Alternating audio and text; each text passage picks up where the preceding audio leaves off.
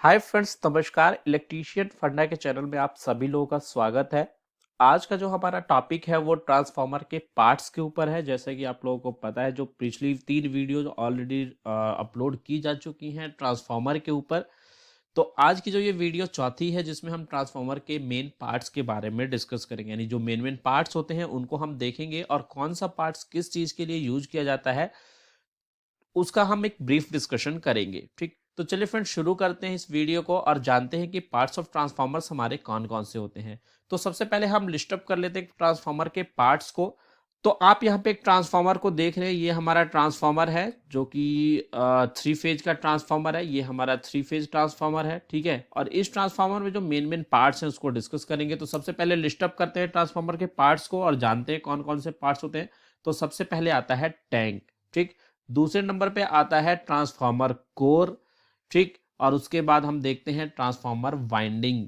यानी ठीक है, टैंक होगा, टैंक के अंदर क्या रखा रहेगा, ट्रांसफार्मर कोर होगा और उस कोर के ऊपर की जाती है वाइंडिंग, जो कि कॉपर या एल्यूमिनियम की हो सकती है। दोनों में से कोई सा भी हो सकता है। इन सभी को पार्ट्स वाइज देखेंगे। उसके बाद है वाइंडिंग टेम्परेचर इंडिकेटर, जिसको WTI के नाम से भी जाना जाता है। यानी वाइंडिंग के टेम्परेचर को मेजर करने के लिए एक इंडिकेटर की जरूरत होती है, जो कि हमारा WTI कहलाता है, वाइंडिंग टेम्परेचर इंडिकेटर।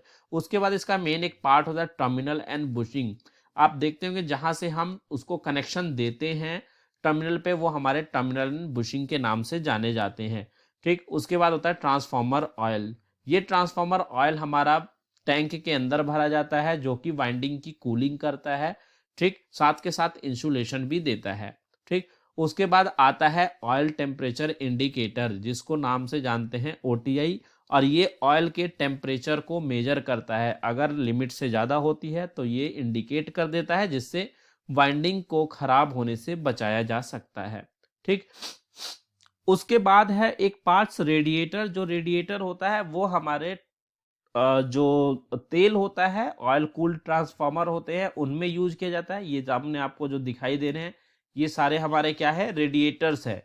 ये रेडिएटर्स क्या करते हैं, ऑयल को ठंडा करते हैं, ठीक। कूलिंग के लिए यूज होता है। उसके बाद है कंजर्वेटर टैंक शेड संरक्षण। ये वाला जो पोर्शन आपको दिखाई दे रहा है, कंजर्वेटर होता है, ठीक। इसके अंदर तेल रहता है, क्योंकि आपको ये पता है कि जब हम किसी भी चीज को गर्म करते हैं तो वो एक्सपेंड होता है, यानी बढ़ता है। तो जब ट्रांसफार्मर टैंक के अंदर जो तेल भरा हुआ है, वो तेल जब गर्म होगा लोड की वजह से, तो वो क्या होगा, ऊपर की तरफ उठेगा और वो जो एक्स्ट्रा तेल है वो हमारे इस कंजर्वेटर टैंक में भर दिया जाता है। उसके बाद एक बुखॉल्ज रिले। आपको ध्यान से देखो तो यहाँ पे एक ये जो डिवाइस दिखाई दे रहा है, ये हमारा बुखॉल्ज रिले होता है, जो कि टैंक और कंजर्वेटर टैंक के बीच में लगा हुआ होता है। उसके बाद है ब्रीदर। ब्रीदर क्या होता है, नमी को अवशोषित करने के लिए होता है, ठीक। उसके बाद एक टैंप चेंजर। टैप चेंजर क्या करता है, जो भी वोल्टेज को अप या डाउन करना है उसके लिए हम टैप चेंजर लगाते हैं, ठीक। टैप चेंजर कैसा होता है, मतलब कि जैसे आप वोल्टेज स्टेबलाइजर का यूज करते हैं और उसमें एक मैनुअल आपका जो नॉब होता है, वो नॉब आप क्या करते हो, घुमा के वोल्टेज कम या ज्यादा करते हैं। बस वही चीज इस ट्रांसफार्मर के अंदर है। यानी अगर आप वोल्टेज स्टेबलाइजर के अंदर, जो आप एक ये वोल्टेज स्टेबलाइजर है, इसके अंदर एक जो आप देखते हैं नोब को घुमाते हैं मैनुअली, जिससे वोल्टेज बढ़ और घट जाता है। इसी तरीके से ट्रांसफार्मर में वोल्टेज और बढ़ाने और घटाने के लिए हम टैप चेंजर का प्रयोग करते हैं, ठीक। उसके बाद है एक्सप्लोशन वाल्व। इसका यूज किया जाता है किसके लिए, कि भाई कोई भी वजह से हमें तेल अगर निकालना है तो वो तेल हम इस वाल्व के थ्रू ही निकालेंगे, ठीक। अब देखिए, हम देखते हैं जो ट्रांसफार्मर के पार्ट्स है थोड़ा सा डिटेल में, यहाँ पे कौन सा पार्ट कौन सा है, ठीक। तो सबसे पहला पार्ट हमारा आता है टैंक। तो देखिए फ्रेंड्स, ये हमारा टैंक है। इस टैंक के अंदर वाइंडिंग कोर, कूलिंग ऑयल, यानी जिसको ट्रांसफार्मर ऑयल कहते हैं, वो सभी चीजें इसके अंदर भरे हुए रहते हैं, ठीक। दूसरा है रेडिएटर। तो देखिए रेडिएटर का अगर ध्यान से देखें तो यहां से ये पाइप है, ठीक। तो ये क्या होता है, ये जो पाइप है, इस पाइप से जो तेल है, गरम तेल इसके अंदर आता है और ये हवा के संपर्क में रहने की वजह से ये क्या करता है, तेल को ठंडा करता है। तो ये क्या करता है, तेल को ठंडा करता है, तो रेडिएटर का क्या काम होता है, तेल को ठंडा करना। ठीक, तो यहाँ पे देखिए एक ये लगा हुआ है, एक ये लगा हुआ है, एक ये लगा हुआ है, सेम ऐसे ही एक और लगा हुआ है। तो 4 रेडिएटर्स इसमें लगाए हैं जो तेल को ठंडे करने के लिए यूज किए जाते हैं। उसके बाद ये जो आपको बॉक्स दिखाई दे रहा है, ये वाला जो बॉक्स है ये टर्मिनल बॉक्स है, यानी जो भी कनेक्शंस होते हैं वो इसी टर्मिनल बॉक्स के अंदर हम कनेक्शंस को करते हैं। ठीक, उसके बाद है हमारे पास बुशिंग। तो देखिए बुशिंग का जो काम होता है वो क्या होता है, आपने ट्रांसफार्मर के ऊपर देखे होंगे, इसका बुशिंग का मैं आगे आपको दिखाऊंगा इसमें। तो ये बुशिंग क्या करता है, यहाँ पे आप अपने जो मेन लाइन से कनेक्शंस आते हैं या जो आपके घरों के लिए जो खंभों पे लाइटें जाती हैं उसको हम इन्हीं से कनेक्ट करते हैं। तो ये टर्मिनल एंड बुशिंग के नाम से भी जाने जाते हैं। ठीक, ये होता है ब्रीदर। ब्रीदर क्या है, ब्रीदर भी हम एक देखेंगे आगे। ब्रीदर का काम होता है मॉइस्चर, जो देखिए क्या है कि तेल हम यूज करते हैं कूलिंग और आइसोलेशन के लिए। जो इस टैंक के अंदर ऑयल भरा होता है जिसको आप क्या कहते हैं, ट्रांसफार्मर ऑयल कहते हैं, ट्रांसफार्मर तेल कहते हैं, उसका काम होता है कूलिंग एंड इंसुलेशन। देखिए कूलिंग जो है मेन रीजन होता है ऑयल का यूज करने का, इंसुलेशन सेकेंडरी रीजन है उसका। ठीक है, तो अब क्या है कि इंसुलेशन भी दे रहा है। अगर मान लीजिए किसी वजह से इस ट्रांसफार्मर ऑयल के अंदर मॉइस्चर आ जाता है, नमी आ जाती है, तो वो नमी क्या करेगी, उसकी जो पैराविद्युत सामर्थ्य है उसको कम कर देती है। तो उसके लिए हम क्या करते हैं, मॉइस्चर को एब्जॉर्व करने के लिए ये यूज किया जाता है ब्रीदर, जिसके अंदर भरा होता है सिलिका जेल। ये क्या करता है, नमी को अवशोषित करता है, अवशोषित करता है। ठीक, इसको डिटेल में एक वीडियो में देखेंगे, थोड़ा टॉपिक बड़ा है तो इसलिए मैंने इसमें ज्यादा डिस्कस नहीं कर रहा हूं। ठीक, उसके बाद आता है हमारा वेंट पाइप। तो ये क्या है, हमारा वेंट पाइप है। यहाँ पर एक ग्लास की झिल्ली लगी हुई होती है और ये बंद किया जाता है, जैसे आपके प्रेशर कुकर के अंदर एक सेफ्टी वाल्व दिया जाता है, इसी तरीके से इसको मान सकते हो कि ये सेफ्टी वाल्व है इस ट्रांसफार्मर का। क्योंकि क्या होगा, मान लीजिए किसी वजह से इस ट्रांसफार्मर के ऊपर लोड बढ़ता है और लोड के बढ़ने से वहां पे गैसेज बनेंगी और वो गैसें अगर कहीं से निकलने का उनको जगह नहीं मिला तो वो टैंक को फाड़ देंगी। तो इस कंडीशन में क्या होता है कि जो ये वेंट पाइप अगर प्रॉपर वर्क कर रहा है तो इसके अंदर जो ये डायाफ्राम डाला जाता है या जो कांच की एक पतली सी पट्टी डाली जाती है वो टूट जाती है और सारी जो गैस है वो यहाँ से होते हुए बाहर निकल जाती है। तो वेंट पाइप का काम होता है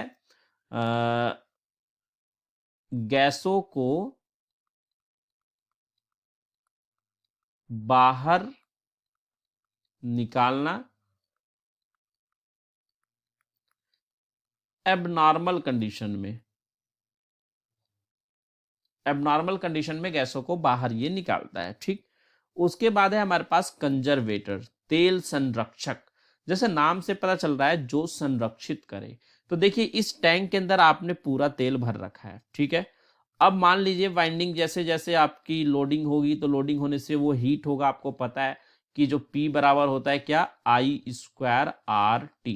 तो आप जैसे जैसे पावर को इंक्रीज करेंगे वैसे वैसे जो है हमारा क्या होगा, आई हमारा बढ़ता जाएगा और उस आई के बढ़ने से जो लॉस होगा हमारा वो भी क्या हो जाएगा, पावर लॉस हमारा बढ़ता चला जाएगा, पी लॉस हमारा क्या होगा, बढ़ जाएगा। ठीक, तो उसकी वजह से हीट वहां पे होगी। H बराबर I²RT कह सकते हैं, इसको H के नाम से भी जाना जाता है। तो H बराबर क्या होता है, I²RT होता है। तो इससे क्या होगा, हीट जनरेट होनी शुरू होगी और उस हीट की वजह से इसके अंदर जो तेल भरा हुआ है वो गर्म होकर ऊपर की तरफ उठना शुरू हो जाएगा और वो ऊपर उठ के क्या करेगा, देखिए अगर ये कंजर्वेटर आप नहीं लगाएंगे तो इसके अंदर क्या होगा, इस टैंक के ऊपर प्रेशर डालेगा, इस ऊपर के जो ढक्कन है उसको तोड़ सकता है ये, या इसके शेप में चेंजेस ला सकता है। तो इसलिए हम क्या करते हैं, कंजर्वेटर लगा देते हैं। तो जो भी एक्स्ट्रा तेल होगा वो इधर से होते हुए ऊपर इस टैंक के अंदर फिल हो जाएगा। ठीक, तो इसका काम होता है तेल को संरक्षित करना। जब भी कभी लेवल ज्यादा हो जाए तो ये अपने अंदर ले लेता है और जब इस तेल का लेवल इसके अंदर कम हो जाए तो अपने अंदर से तेल को इसको दे देता है। आदान प्रदान का काम होता है। बुखोल्ज रिले, बुखोल्ज रिले क्या है, ये कंजर्वेटर टैंक और मेन टैंक के बीच में लगा हुआ होता है और इसका काम होता है ये अलार्म के लिए लगाया जाता है।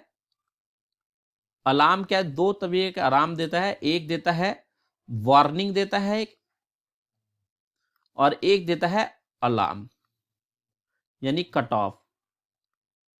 ये क्या है, एक लिमिट तक अगर टेम्परेचर बढ़ गया, यानी अगर एक लिमिट तक टेम्परेचर बढ़ा या इसका फ्लो ज्यादा हुआ तो क्या करेगा, वार्निंग देगा, पहले वार्निंग का अलार्म आएगा, और अगर उससे भी ज्यादा होता है तो उसके बाद क्या कर देता है, ये कट ऑफ कर देता है, सर्किट को ब्रेक कर देगा। जैसे ट्रांसफार्मर के अंदर आने वाली जो सप्लाई है, सॉरी जो जाने वाली सप्लाई वो बंद हो जाती है। ठीक, उसके बाद है हमारे पास ओटीआई। ये हमारा ऑयल टेम्परेचर इंडिकेटर होता है, जो कि ऑयल के टेम्परेचर को इंडिकेट करता है। यहीं पे अगर एक और टेम्परेचर यूनिट लगा दिया जाए जिसको बोलते हैं WTI, तो वो हमारा वाइंडिंग के टेम्परेचर को भी मेजर करता है। तो WTI जो है हमारा वाइंडिंग टेम्परेचर को मेजर करने के लिए होता है। ठीक, तो ये इसके मेन मेन पार्ट्स थे। उसके अलावा इसके अंदर बहुत सारी चीजें हैं, जैसे कि आपको ये दिखाई दे रहा है वो वाल्व होता है। उसके अलावा ये जो आपको दिखाई दे रही है व्हील है।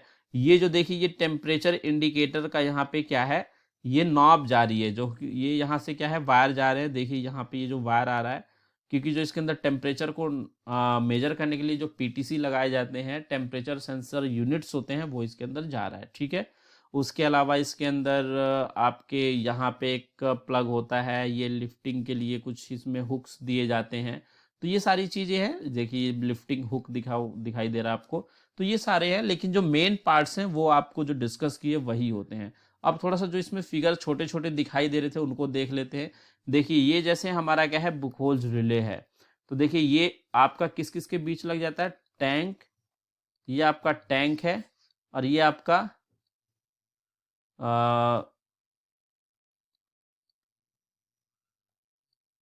कंजर्वेटर टैंक है। तो इसके बीच में हम क्या करते हैं, इसको लगा देते हैं। ठीक है, एक हमने जो वीडियो में पिछले में देखा था इधर कि हमारा ये क्या है, हमारा ब्रीदर है। तो ब्रीदर का जो काम होता है वो होता है नमी को अवशोषित करना। ठीक, और ये आप जो देख रहे हैं इसके अंदर भरा हुआ है सिलिका जेल, ये है सिलिका जेल। सिलिका जेल का काम जो होता है वो नमी को अवशोषित करने का होता है। आप जो अपने घरों में मोबाइल्स मंगाते हैं तो उस मोबाइल्स के डब्बे में आपने देखा होगा कि एक वाइट टाइप की पुड़िया पड़ी होती है और जिस पे पॉइजन लिखा होता है। तो वो इसीलिए होता है कि जो भी आने में शिपिंग के टाइम पे कोई मॉइस्चर वॉइस्चर आए अगर डब्बे के अंदर, तो वो मॉइस्चर को एब्जॉर्व कर ले। ठीक, तो ऐसे ही ट्रांसफार्मर के अंदर मॉइस्चर को एब्जॉर्व करने के लिए हम ब्रीदर का यूज करते हैं। ये बुशिंग है, आपको दिखाई दे रहा है पोर्सिलीन का बनाया जाता है, और ये यहाँ पे हम उस वायर को कनेक्ट करते हैं जो कि इनकमिंग पे होता है या आउटगोइंग पे होता है। ठीक, ये जो आपको जो दोनों दिखाई दे रहे हैं इनको बोलते हैं आर्किंग हॉर्न। ठीक, ये सींग की तरह आपको दिखाई दे रहा है, ये आर्किंग हॉर्न होते हैं, और ये यूज किए जाते हैं किस लिए, ये यूज किए जाते हैं हमारे लाइटनिंग से,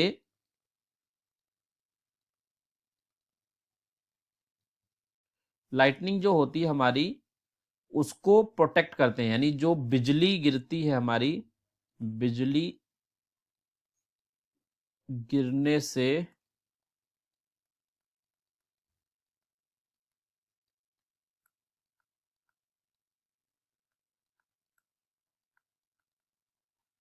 प्रोटेक्शन देती है। ठीक, यानी जब भी कोई बिजली गिरेगी तो ये सीधे ट्रांसफार्मर के अंदर ना जाने देने से ये ग्राउंड कर देता है उसको। ठीक है, तो ये आर्किंग हॉर्न लगाए जाते हैं। हालांकि ये छोटे ट्रांसफार्मर में यूज किए जाते हैं, बड़े ट्रांसफार्मर में लाइटनिंग अरेस्टर्स होते हैं, वहां पे अदर डिवाइस लगाए जाते हैं, इससे काम नहीं चल पाता है। ठीक, तो फ्रेंड्स ये थी हमारी कुछ जो मेन मेन पार्ट्स थे हमारे ट्रांसफार्मर के, उनके बारे में डिस्कस की कौन कौन से पार्ट्स होते हैं। ठीक, आपने सारी चीजें देख ली हैं कि पार्ट्स हमारे कौन कौन से हैं, और जो भी ये पार्ट्स थे हमने डिस्कस किया। आगे हम डिटेल में कुछ वीडियोस में देखेंगे कि एक एक जैसे बुखौल रिले कैसे काम करता है, ब्रीजर का क्या काम होता है, जो भी इन पार्ट्स में से मेन पार्ट्स हैं और जिनसे क्वेश्चंस हमारे बनते हैं एग्जाम में, उनके बारे में हम डिस्कस करेंगे। तो फ्रेंड्स आज के लिए इतना ही है, मिलते हैं नई वीडियो में नए टॉपिक के साथ, तब तक के लिए बाय बाय, टेक केयर।